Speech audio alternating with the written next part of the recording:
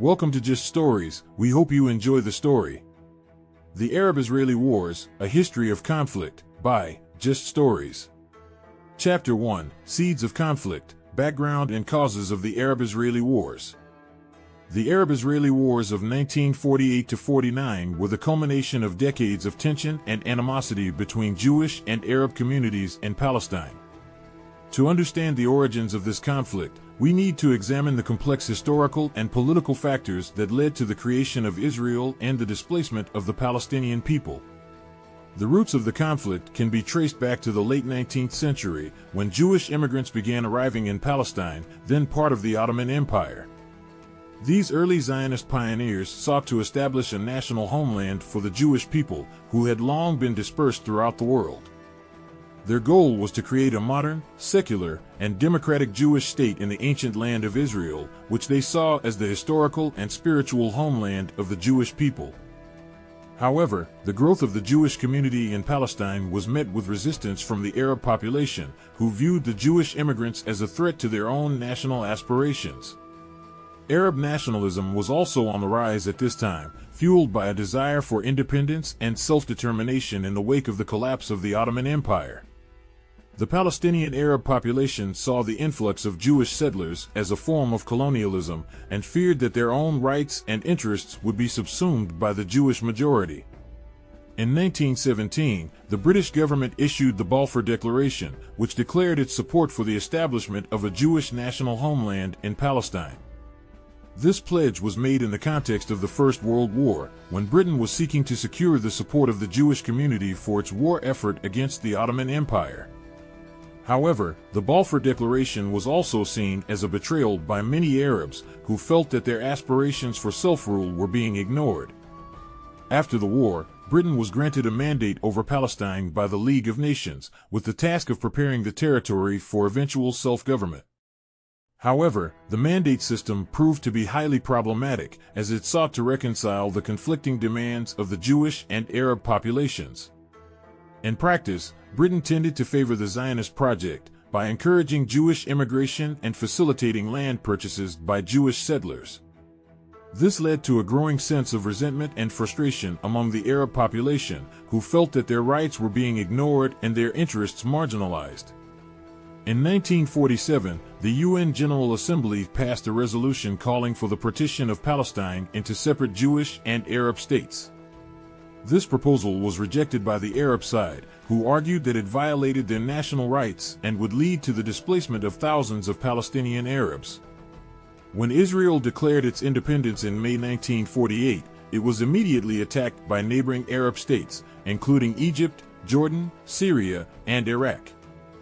The ensuing conflict, which lasted for over a year, resulted in the displacement of hundreds of thousands of Palestinians and the establishment of Israel as a sovereign state. In conclusion, the Arab-Israeli Wars of 1948-49 were the result of a complex set of historical, political, and cultural factors that had been brewing for decades. The clash between Jewish and Arab nationalism, the legacy of colonialism and imperialism, and the failure of the international community to find a peaceful resolution all contributed to the outbreak of violence and the displacement of thousands of people. Chapter 2, War Breaks Out, the first phase of the Arab-Israeli Wars. The declaration of the State of Israel on May 14, 1948, was met with immediate hostility from neighboring Arab countries, who saw the new state as a threat to their own security and a violation of Palestinian rights. Within hours of the announcement, armies from Egypt, Syria, Iraq, and Transjordan crossed the borders into Palestine, marking the beginning of the Arab-Israeli Wars of 1948-49. The first phase of the conflict was characterized by a series of battles and skirmishes between the newly formed Israeli Defense Forces and the Arab armies. The IDF, which had been established just weeks before, was comprised of a mix of Jewish militias and former soldiers from the British Army. It was poorly equipped and poorly trained, but highly motivated and committed to defending the new state of Israel. The Arab armies, on the other hand, were better equipped and had a numerical advantage. They also had the support of the local Palestinian population, who provided intelligence and logistical support to the Arab fighters. However, they were hampered by poor coordination and communication, as well as internal divisions and rivalries. The initial stage of the conflict saw a series of Arab offensives aimed at driving the Israelis out of Palestine. The Egyptian army advanced towards Tel Aviv from the south, while the Syrian army launched attacks in the north. The Iraqi army pushed towards Jerusalem from the east, and the Jordanian army took control of the West Bank and East Jerusalem. The Israelis were initially on the defensive, trying to hold onto key positions and prevent the Arab armies from consolidating their gains. However, the IDF soon launched a series of counteroffensives aimed at pushing back the Arab armies and securing its borders. One of the key factors in the Israeli success was its air force, which was able to provide close air support to ground troops and disrupt Arab supply lines. The IDF also benefited from the use of intelligence gathered by its network of spies and informants, who were able to provide advance warning of Arab attacks. One of the most famous battles of the first phase of the conflict was the Siege of Jerusalem. The city was surrounded by Jordanian and Arab Legion troops, who cut off all supply lines and sought to starve the Jewish population into submission. However, the IDF was able to break through the siege and secure the western part of the city, which would become the capital of Israel. Another important battle was the Operation Nakshon, which was launched by the Haganah in April 1948. The aim of the operation was to secure the road to Jerusalem and break through Arab blockades. The operation was successful, and it allowed for the delivery of much-needed supplies to Jewish communities in Jerusalem. In conclusion, the first phase of the Arab-Israeli wars of 1948–49 was marked by intense fighting and uncertainty. The Arab armies had the upper hand in terms of numbers and equipment, but the Israelis were able to capitalize on their motivation, coordination, and tactical advantages to hold their ground and launch counteroffensives. Chapter 3: Turning the Tide, Israeli Advances and Arab Setbacks. After the initial Arab offensives in the first phase of the Arab-Israeli wars of 1948–49, the conflict entered a period of relative stalemate. The Arab armies had made significant territorial gains, but were unable to make further progress due to the effective resistance of the Israeli defense forces. However, the balance of power began to shift in favor of the Israelis in the summer of 1948, as they launched a series of successful offensives that turned the tide of the war.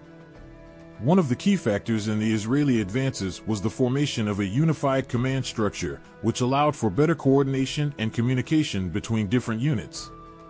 The IDF was able to concentrate its forces and launch coordinated attacks on vulnerable Arab positions. The Israelis also benefited from the arrival of a large influx of Jewish immigrants, who bolstered their numbers and provided additional manpower. The first major Israeli success of this period was the conquest of the port city of Jaffa, which had been under Arab control since the beginning of the conflict. The operation, which was launched in late April 1948, involved a combination of naval and ground forces, and was aimed at cutting off Arab supply lines and securing a vital transportation hub. The Israeli victory in Jaffa was a major blow to Arab morale and gave the IDF a much-needed boost. Another significant turning point in the war was the capture of the Galilee region in northern Palestine. The Galilee had been a center of Arab resistance since the beginning of the conflict, and was seen as a key strategic area due to its proximity to the Lebanese and Syrian borders. The IDF launched a series of offensives in June and July 1948, which resulted in the capture of numerous Arab towns and villages. The Galilee campaign was notable for the effective use of intelligence and guerrilla tactics by the IDF, which allowed them to surprise and outmaneuver the Arab armies. The Israeli advances in the summer of 1948 were also aided by a series of diplomatic victories at the United Nations.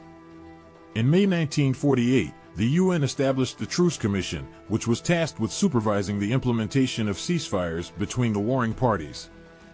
The Truce Commission was later replaced by the UN mediator, Count Folke Bernadotte, who proposed a series of peace plans that called for a territorial compromise between Israel and the Arab states. While these plans were ultimately rejected by both sides, they helped to create a more favorable international climate for Israel and put pressure on the Arab states to negotiate. The successes of the Israeli army during this period were not without controversy, however. There were reports of forced expulsions of Palestinian civilians from their homes, as well as allegations of massacres and atrocities committed by Israeli soldiers. These events would have lasting consequences for the region and remain a point of contention between Israelis and Palestinians to this day. In conclusion, the period of Israeli advances in the summer of 1948 marked a significant turning point in the Arab-Israeli wars of 1948–49. The formation of a unified command structure, the influx of Jewish immigrants, and the effective use of intelligence and guerrilla tactics by the IDF allowed the Israelis to seize the initiative and make significant territorial gains. These victories put pressure on the Arab states to negotiate and set the stage for the eventual armistice agreements. Chapter 4: Stalemate and Ceasefire, UN Mediation and the End of the War. By the end of the summer of 1948, the Arab-Israeli wars had entered a phase of relative stalemate. The Israeli advances had been checked by the Arab armies, and neither side seemed capable of achieving a decisive victory. This led to a growing realization on both sides that a negotiated settlement might be necessary to end the conflict. The United Nations played a key role in mediating between the warring parties. In May 1948, the UN established the Truce Commission, which was tasked with supervising the implementation of ceasefires between the Israelis and the Arabs. The Truce Commission was later replaced by the UN mediator, Count Folke Bernadotte, who proposed a series of peace plans that called for a territorial compromise between Israel and the Arab states. Bernadotte's plans were based on the idea of partitioning Palestine into two states, with Jerusalem remaining under international control. The plan called for Israel to withdraw from areas it had captured during the conflict and for the establishment of a Palestinian state in the West Bank and Gaza Strip. The plan also called for the repatriation of Palestinian refugees and the transfer of Jewish refugees from Arab countries to Israel. However, the peace plans were ultimately rejected by both sides. The Israelis were opposed to the idea of giving up the territories they had captured, while the Arab states rejected any compromise that did not recognize their national rights. The assassination of Bernadotte by members of the Zionist extremist group Lehi in September 1948 further complicated the peace process and raised tensions between the two sides. Despite these setbacks, the UN continued to work towards a ceasefire agreement. In late 1948, the UN General Assembly passed Resolution 194, which called for the repatriation or compensation of Palestinian refugees and the establishment of a UN Conciliation Commission to oversee peace negotiations between Israel and the Arab states. The resolution was not legally binding, but it helped to create a more favorable international climate for peace negotiations. Finally, in early 1949, the Israelis and the Arabs agreed to a series of armistice agreements, which ended the fighting and established temporary borders between the warring parties. The agreements were negotiated with the help of UN mediators and marked the formal end of the Arab-Israeli wars of 1948–49. However, they did not resolve the underlying issues of the conflict, such as the question of Palestinian refugees and the territorial status of Jerusalem. In conclusion, the stalemate and ceasefire period of the Arab-Israeli wars of 1948–49 was marked by intense diplomatic activity and the involvement of the United Nations. While the peace plans put forward by UN mediator Bernadotte were ultimately rejected, they helped to create a more favorable international climate for peace negotiations. The armistice agreements that ended the fighting marked a significant milestone in the conflict, but they did not resolve the underlying issues that had led to the outbreak of violence in the first place. Chapter 5: Legacy and Consequences, the Aftermath of the Arab-Israeli Wars. The Arab-Israeli Wars of 1948–49 had a profound impact on the Middle East and the wider world, and their legacy continues to shape politics and conflict in the region today. The wars resulted in the displacement of hundreds of thousands of Palestinians, the establishment of Israel as a sovereign state, and a fundamental shift in the balance of power in the Middle East. One of the most significant consequences of the wars was the creation of the Palestinian refugee crisis. The displacement of hundreds of thousands of Palestinians from their homes and the establishment of Israel as a Jewish state led to a wave of Palestinian refugees fleeing to neighboring countries. The refugee crisis remains unresolved to this day, and the Palestinian question continues to be a major source of tension and conflict in the region. The wars also had a profound impact on the political and strategic balance of power in the Middle East. Israel emerged from the conflict as a major military power, with a well-trained and well-equipped army and a powerful air force. The Arab states, on the other hand, suffered a major blow to their military prestige and were forced to reevaluate their strategic priorities.